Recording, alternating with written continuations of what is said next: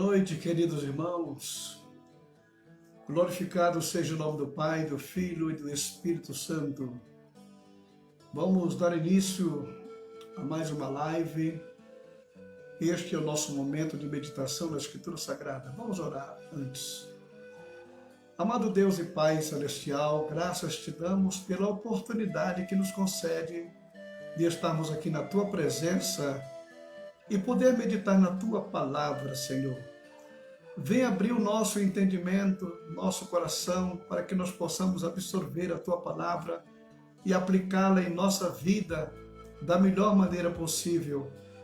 Que o Teu nome seja glorificado através da nossa vida, do nosso proceder, do nosso agir, do nosso caminhar, do nosso falar. Nos ensina a caminhar neste mundo de uma maneira que o Teu nome seja glorificado, Pai. Fortalece a nossa fé e a nossa confiança, Senhor, e sustenta-nos pelo Teu grande poder. Vem ser conosco, com meus irmãos nesta hora, em nome de Jesus Cristo, Teu Filho, que vive e reina para sempre. Amém e amém. Muito bem, irmãos queridos, nós vamos falar nesta oportunidade sobre fome e sede de justiça. Um tema muito abordado por nosso Senhor Jesus Cristo, porque naturalmente tem uma relevância muito grande para o nosso convívio em sociedade, em família ou em onde quer que estejamos. Precisamos tão somente observar a orientação divina e seguir os passos do Senhor que nos orienta a fazer dessa forma. E vamos inicialmente ler aqui o Salmo 34, versículo 9, que declara o seguinte: muitas são as aflições do justo, mas o Senhor os livra de todas. Repetindo esse versículo, muitas são as aflições do justo, mas o Senhor o livra de todas. Começamos, na realidade, um versículo que nos dá uma bela oportunidade para fazer algumas perguntas. Se é justo, se é uma pessoa correta, se é uma pessoa de uma vida correta perante Deus e perante o mundo, por que esta pessoa passa por aflições? E diz aqui o Senhor que não são poucas, diz ele que são muitas as aflições do justo.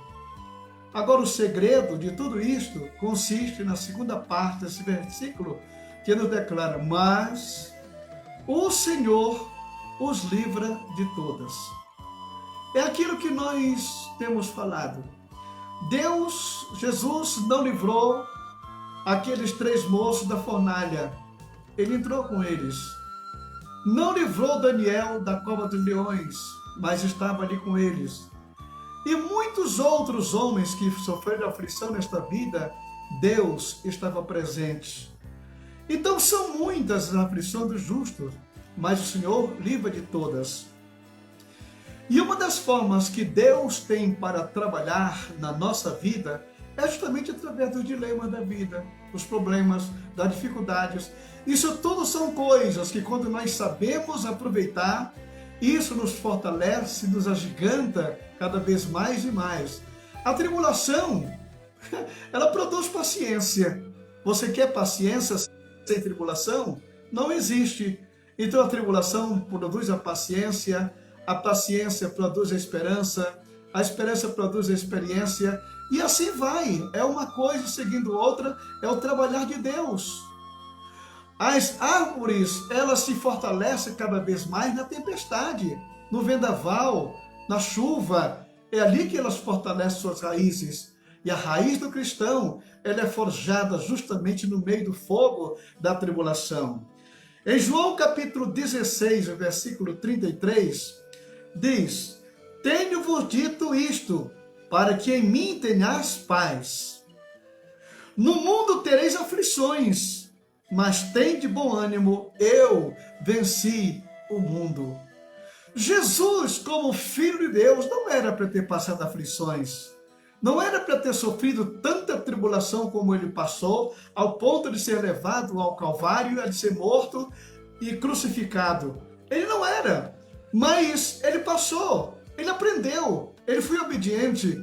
Então nos declara aqui a palavra de Deus: tenho-vos dito isto para que em mim tenhas paz. Tenhas paz. Não existe nada nesse mundo que tire a nossa paz. No mundo tereis aflições, é no meio da aflição que você vai gozar a mais perfeita paz. Agora, diz ele, a aflição vem, ela é grande, mas tenha bom ânimo. Eu venci o mundo. Dando-nos uma esperança de assim como ele venceu o mundo, nós também teremos essa possibilidade de vencê-lo da mesma forma. Glorificado seja o nome do Senhor. No Salmo 37, versículos 25 a 28, o salmista nos declara: eu fui moço e agora sou velho, mas nunca vi desamparado justo, nem a sua semente a mendigar o pão. Preste atenção a esta palavra aqui, que eu quero que você grife na sua Bíblia. Eu fui moço e agora sou velho.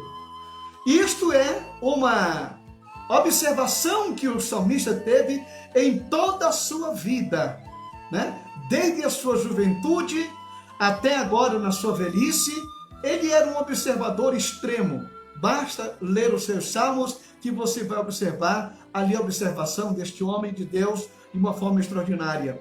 Então ele declara aqui: eu fui moço, fui jovem, fui criança, hoje sou velho, que é o caminho de todos, mas nunca vi o justo desamparado e nem a sua prole a mendigar o pão. Você talvez me diga: pastor Jorge, olha o que tem de crente por aí, dependendo de cesta básica, dependendo de ajuda de alguém, dependendo de auxílio do governo, dependendo disso e daquilo outro. Ah, irmão querido, olha, a palavra de Deus, ela não mente. Ela é certa, ela é verdadeira. O salmista está dizendo aqui: eu fui moço e eu sou velho, agora eu nunca vi um justo. O segredo aqui está nesta palavra, justo. A pessoa que é justa na vida, né? O conceito de justiça que nós temos aqui, que é um conceito bastante abstrato, que se refere a um estado ideal de interação social em que há um equilíbrio que, por si só, deve ser razoável, imparcial, entre os interesses, riquezas, oportunidades, entre as pessoas envolvidas em determinado grupo social. É justamente aqui, quando existe esta interação, quando você sabe desfrutar, mas também permite que os outros desfrutem daquilo que você está desfrutando.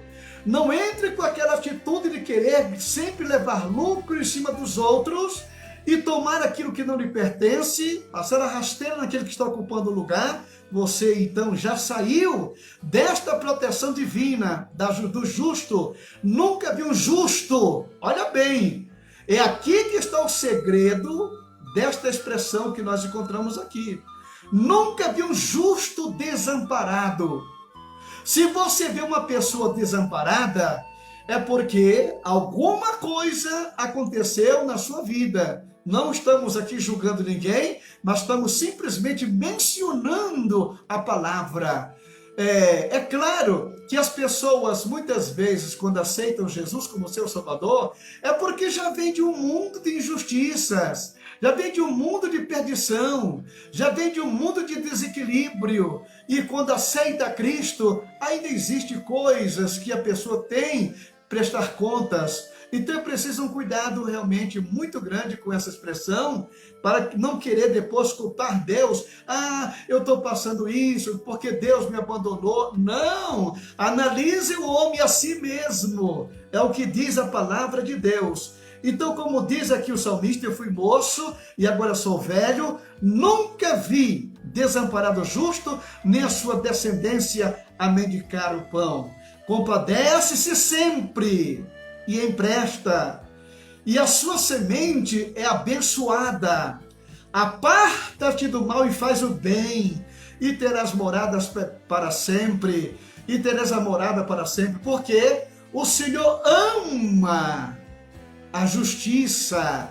Veja só, o Senhor ama. Se existe uma coisa que Deus ama na vida do homem, é justamente esse elemento ser justo, ele praticar a justiça, não ser um elemento injusto com os outros, com os colegas, com os parentes, com os amigos, mas ser uma pessoa que vive de forma justa e correta, nunca querendo tomar vantagem perante os outros, absolutamente não. Então o que nós vemos aqui? Justamente isso, o que ele mostra, porque o Senhor, ele ama a justiça e não desampara os seus santos. Eles são preservados para sempre, mas a semente dos ímpios será desraigada. A semente dos ímpios. Aqui o ímpio é aquele que pratica a injustiça. É elemento injusto, aquele que pratica o suborno, aquele que sempre procura levar vantagem em detrimento dos outros, é aquele que rouba e saqueia, digamos, os cofres públicos, deixando hospitais sucateados, uma segurança sucateada, uma escola sucateada, porque ele só pensa em si. Cadê? Então diz aqui, a descendência dessa pessoa será derraigada, vai desaparecer. Vai desaparecer do mapa.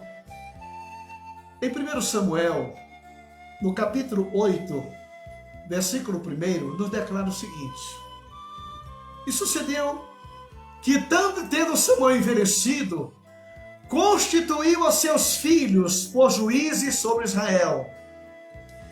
E o nome do seu filho primogênito era Joel, o nome do seu segundo, Abia, e foram juízes em Berseba.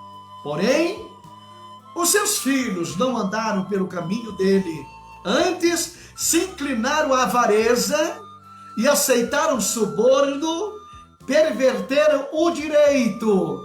Então, estes moços que tiveram um exemplo extraordinário de um pai que era santo e justo, mas se desencaminhou. Isso não significa dizer que um pai ele tem que transferir para o filho a sua competência, o seu caráter. Não, caráter é coisa que se constrói. É cada um que tem que construir o seu caráter. É claro que o pai contribui muito na formação do caráter de um filho, mas ele não pode impor. O elemento é adulto, ele tem liberdade para fazer o que ele quer. E esses rapazes aqui viram o exemplo do pai, mas seguiram por um caminho totalmente diferente. Então, diz aqui o trecho: todos os anciãos de Israel se congregaram e vieram a Samuel em Ramá. E disseram-lhe: eis que já estás velho, e teus filhos não andam pelos teus caminhos. Constitui-nos, pois, agora um rei sobre nós, para que ele nos julgue, como tem todas as nações. Porém, estas palavras pareceu mal aos olhos de Samuel, quando disseram: dá-nos um rei para que nos julgue. E Samuel orou ao Senhor. Irmão querido, até então, o governo de Israel era um governo teocrático. Samuel, você se lembra, é aquela criança que toda a infância, toda a adolescência, toda a juventude foi aos pés do Senhor. Aquele homem já foi criado praticamente aos pés de um sacerdote que podia lhe dar orientação divina da melhor qualidade possível, né? Ele foi desenvolvido dentro do templo. Ele pôde crescer com a presença de Deus, falando com ele de uma maneira extraordinária. Mas acontece que tudo tem um fim. Tudo tem um fim. Você é moço, como disse Davi, e agora eu sou velho. Samuel também foi moço e agora já está na sua fase de velhice.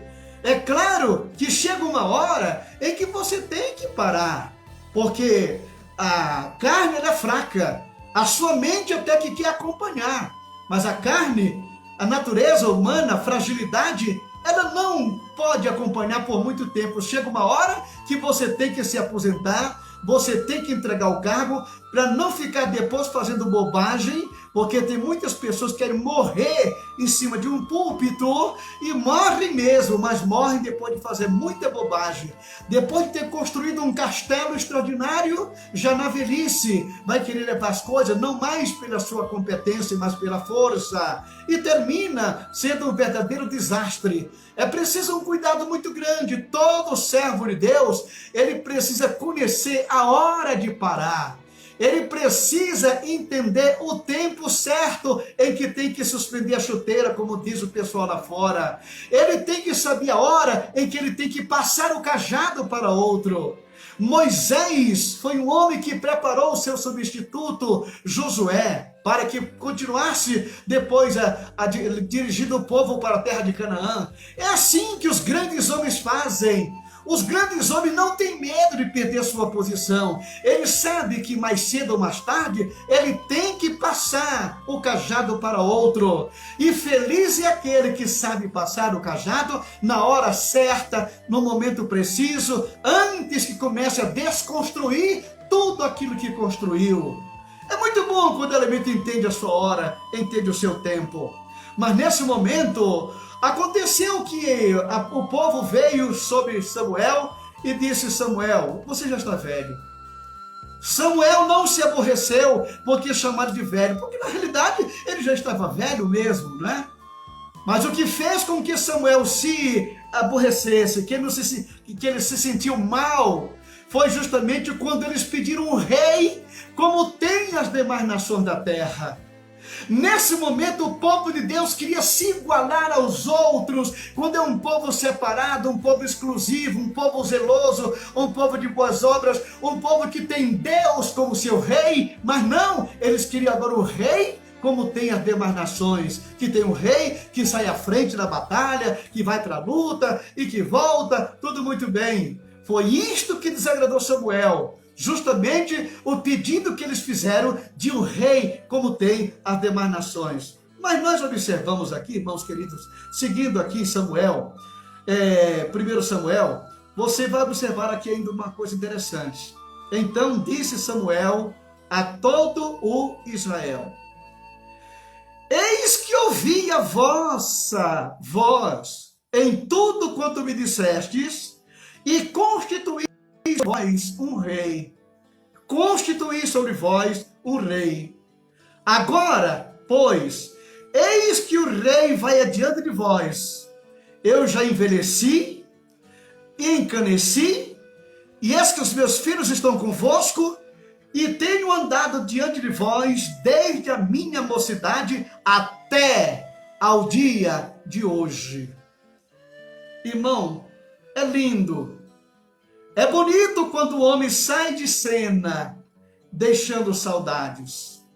É bonito quando o líder, ele sabe qual é a sua hora e deixa o lugar para outro assumir e prosseguir avante. É lindo quando nós conhecemos o tempo de Deus da nossa vida e estamos aí dispostos a fazer a vontade do Senhor. Nós não estamos aqui para ficar, estamos aqui de passagem. Isso acontece com todos nós. E feliz é o homem que entende isso.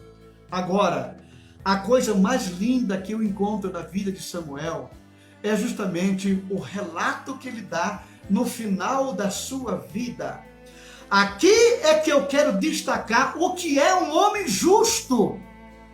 O que é uma pessoa que sabe praticar a justiça, ocupando os cargos mais elevados desta vida, do princípio ao fim, ele soube se manter.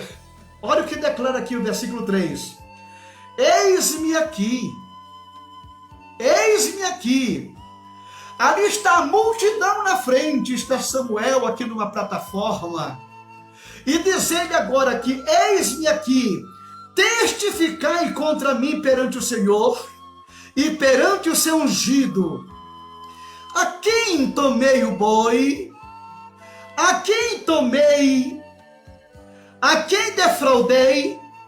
A quem tomei o jumento? A quem tenho oprimido? De cuja mão tenho recebido suborno? E com ele descobri os meus olhos e vou-lo restituirei. A quem? Olha que desafio! Quem foi que eu tomei o boi? Por favor, me fale.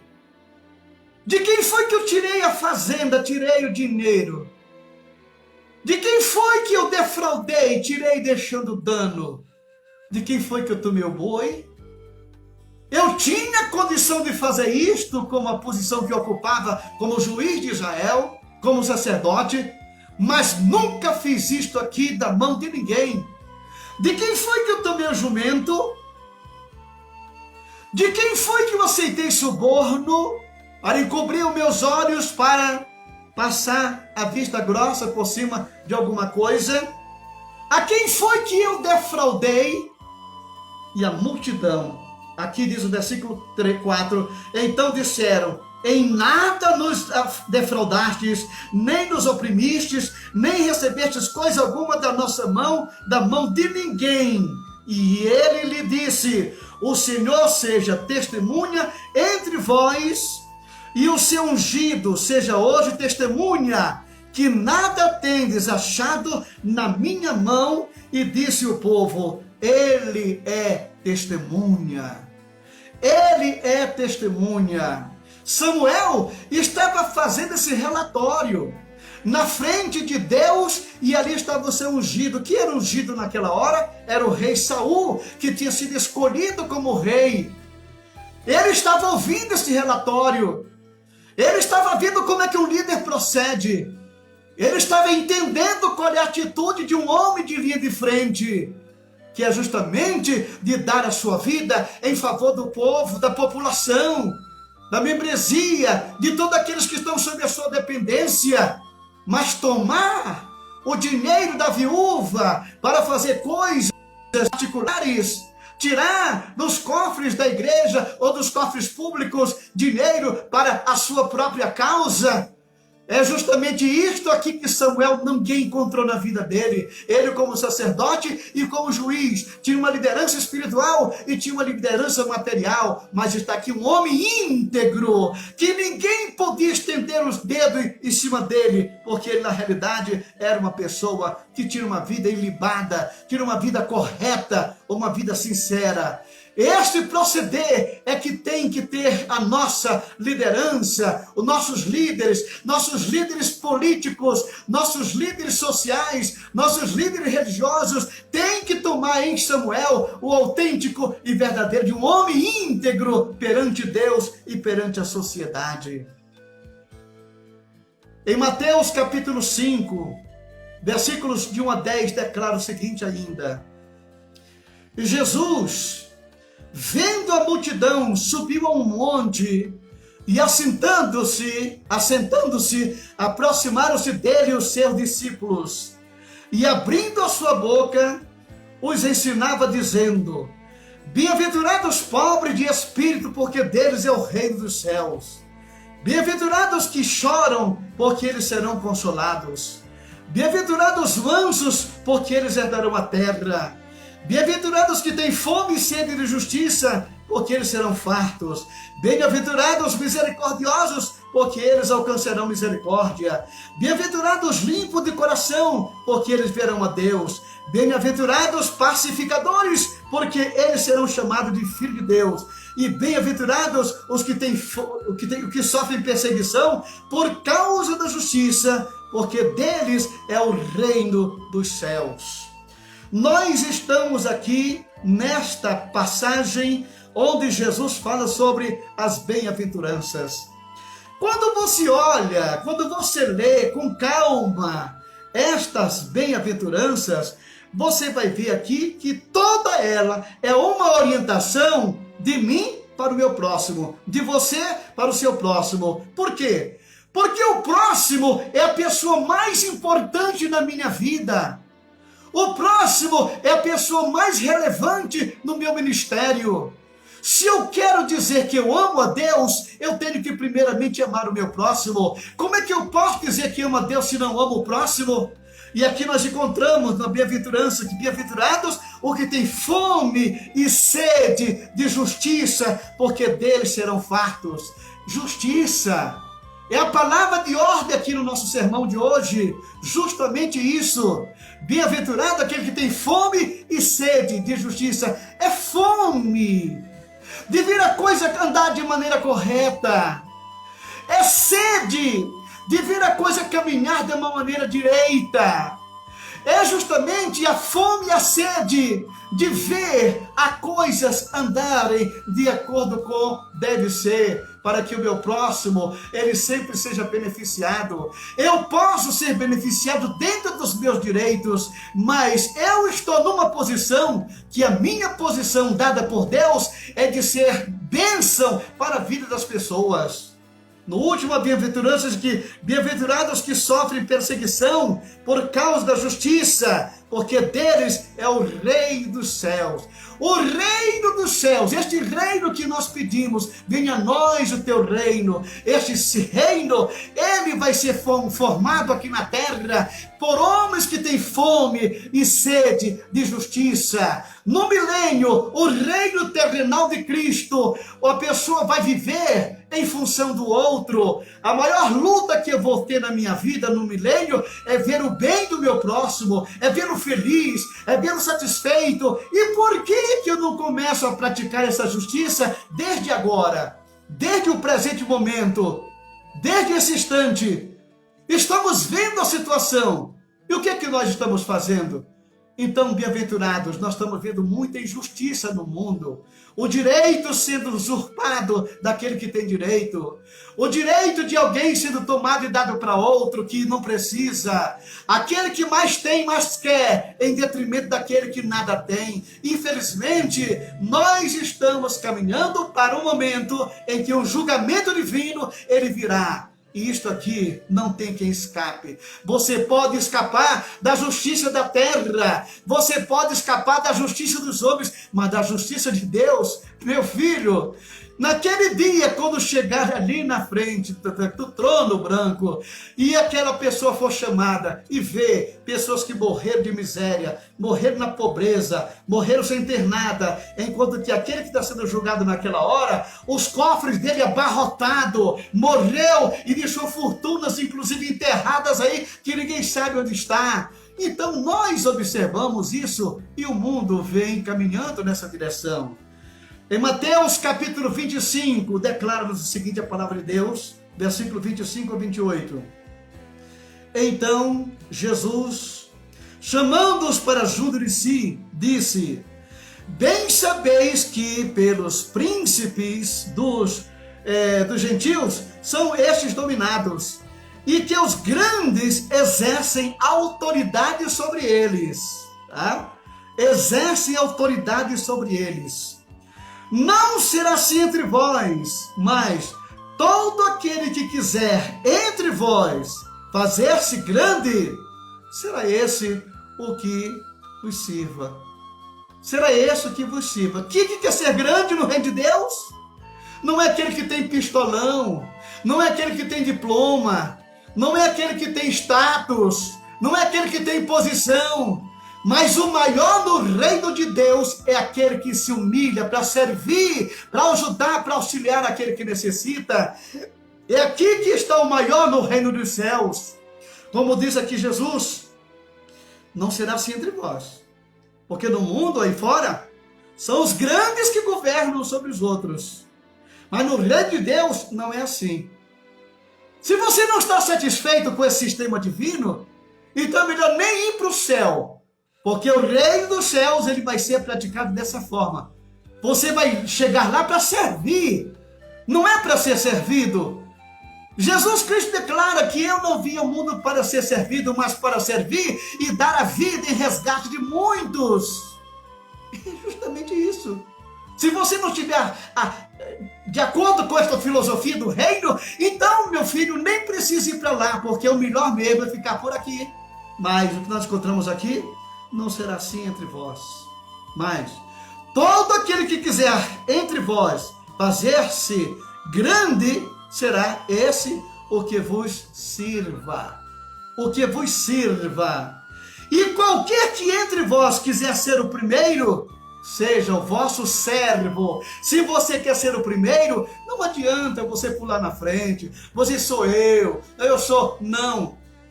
Aqui é aquele que serve. E qual entre vós quiser ser o primeiro, seja o vosso servo. Bem como o Filho do Homem não veio para ser servido, mas para servir e para dar a sua vida em resgate de muitos. Aqui está o autêntico e verdadeiro exemplo daquele que era Deus e se fez homem. E muitos homens aqui na terra querem se fazer Deus. Não é dessa forma. Ele se fez homem, justamente se humilhou-se tomando a forma de homem. Deus tomando a forma de homem, para quê? Para me servir, para servir você, para morrer em nosso lugar. Então nós temos o exemplo aqui do nosso mestre e podemos caminhar na vida de uma forma extraordinária. Portanto, querido irmão, que Deus em sua infinita bondade nos ajude a entender a dinâmica do reino de Deus, que lá o maior é aquele que serve, o menor é aquele que quer ser o tal. Então vamos treinando isso desde agora. O nosso campo de treinamento é aqui neste mundo. E se não estamos fazendo aqui, nós vamos nos sentir muito mal lá. Então, vamos procurar seguir as pisadas do nosso querido mestre, que não veio para ser servido, mas para servir e dar a vida em resgate de muitos.